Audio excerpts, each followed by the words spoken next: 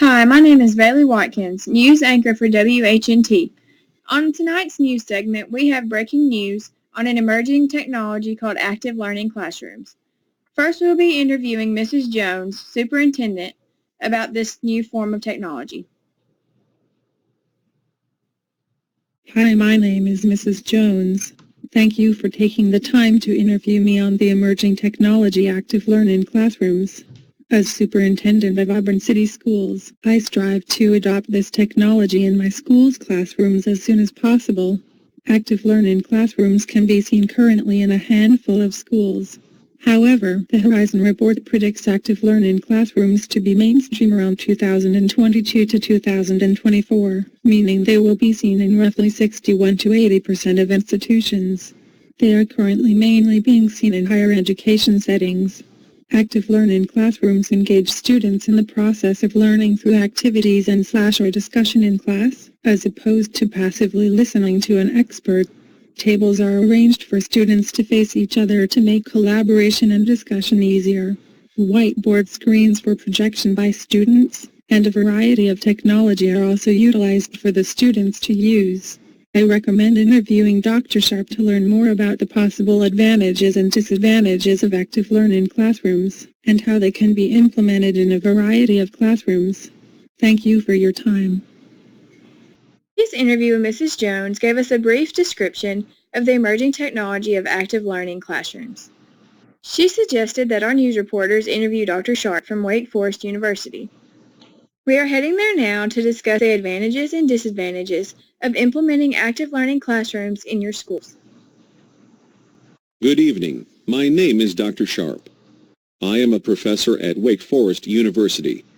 We currently implement active learning classrooms by use of movable tables and chairs paired with whiteboards along with multiple displays to allow students and teachers to project their laptops around the room.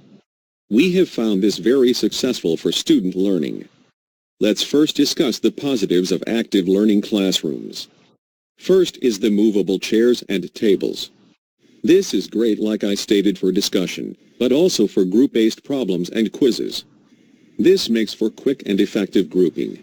Another positive that goes along with the setup of the room is there is almost always peer discussion.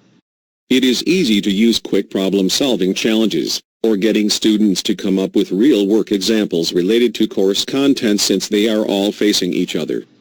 The ease to share access to technology and project their findings is also great. Students are all actively learning and engaged in the material.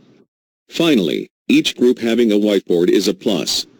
Problems can be worked and ideas can be jotted down quickly and be viewed by all. Overall, the configuration of the room is huge. There are a few disadvantages. Technology is great when it works, but when it does not work, this makes active learning classrooms lose part of their effect. Items can no longer be projected onto the screens. This leads to another negative. Students have said they get distracted at times and are unsure which board to look at. Some classes have up to 4 active boards. Also, the group whiteboards can be crowded at times. Ultimately, sometimes traditional lecture best meets the needs of the lesson. When using ALCs, see which form best supports the lesson and set the room accordingly. Now for our final segment of WHNT News at 10. There are many ways active learning classrooms can be implemented in your school. Simply group students and give them a task. It could be a project, a problem to solve, quiz, or to research. Students have all technology needed to find the answers, and the setup allows for peer discussion and collaboration. ALCs can even be used in physical education.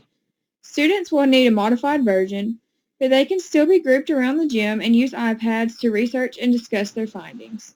If you want students to be engaged in your classroom, I highly recommend active learning classrooms. Thank you for watching.